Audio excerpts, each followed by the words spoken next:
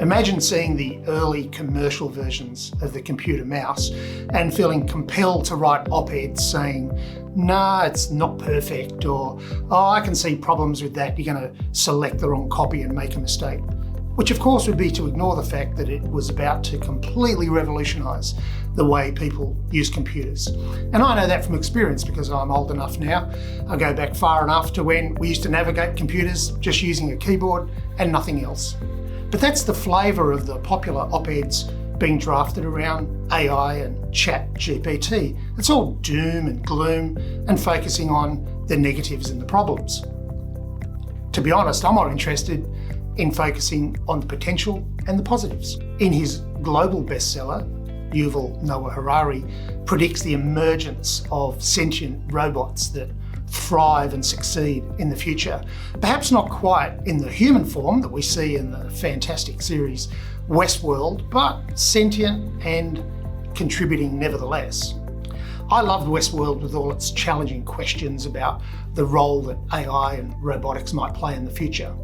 But for now, I'm more focused on the immediate potential of Chat GPT.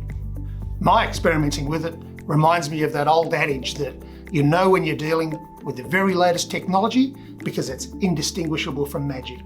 What makes it stand out to me is the speed and the quality of work that it generates.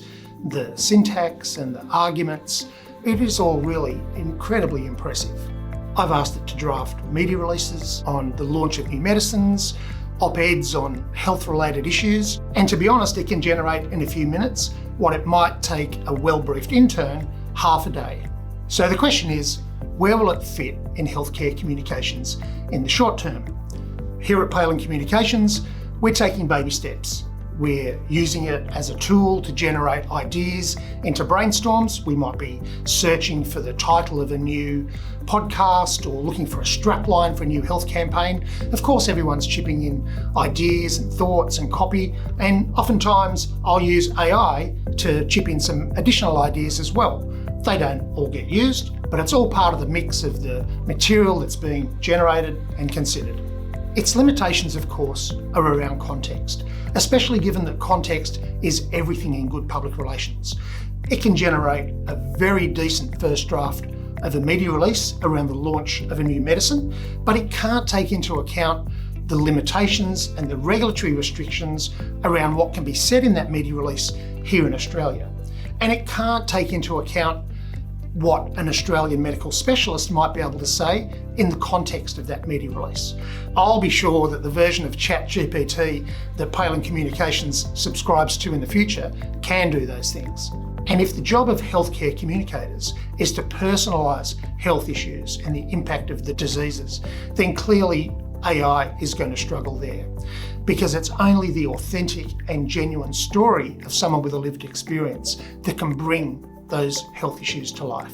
It's trite to say that it's early days, but I really think it's more interesting to try to identify the ways in which AI and ChatGPT is going to make a contribution in the future, rather than try and pick holes in it and criticise it for things that it never really claims to be. Because there's one thing that professional educators and communicators are going to need in the future, and that is a plan around AI. A plan to realise the efficiencies and unlock the potential of AI in a way that gives consultants an opportunity to focus on the things that robots can't do.